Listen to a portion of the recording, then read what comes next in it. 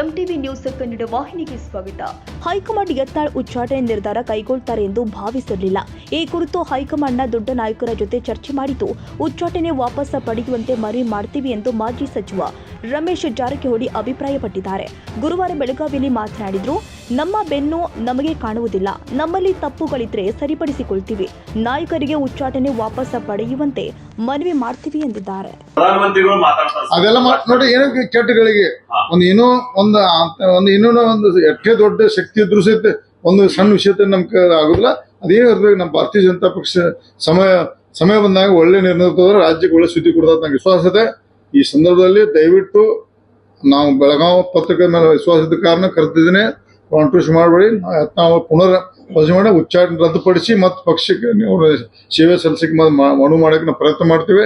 ಇದರಲ್ಲಿ 100 ಮೆಸೇಜ್ ಇದ್ದು ದಯವಿಟ್ಟು ಇದ್ರೆ ಹಚ್ಕೊಂಡು ಎಲ್ಲರೂ ಸೇಮ್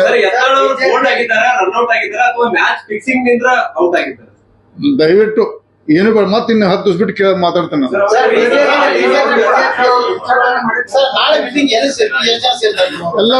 ಎಲ್ಲರೂ ನಮ್ದೆಲ್ಲ ಟೀಮ್ ಮತ್ತೆ ನಾವು ಸೇರ್ತೀವಿ. ಅಲ್ಲಿ ಕುಮಾರ್ ಮನೆ ಸೇರ್ಬೋದು. ಮತ್ತೆ ಎಲ್ಲರೂ ಬೇಡಪ್ಪ ಈ ಸದ್ಯ ಕುಮಾರ್ ಪದೇ ಬೇರೆ ಕೈಲಿ ಶಿಫ್ಟ್ ಆಗುದು. ಟೈಮ್ ಮುಂಜಾನೆ 11 ನಂತರ. ತಾಜಾ ಸುದ್ದಿಗಾಗಿ ಎಂಟಿವಿ ನ್ಯೂಸ್ 24x7ಗೆ ಸಬ್ಸ್ಕ್ರೈಬ್ ಮಾಡಿ ಮತ್ತು ಬೆಲ್ ಐಕಾನ್ ಅನ್ನು ಒತ್ತಿ. ತಪ್ಪದೇ ಲಿಂಕ್ ಶೇರ್ ಮಾಡಿ.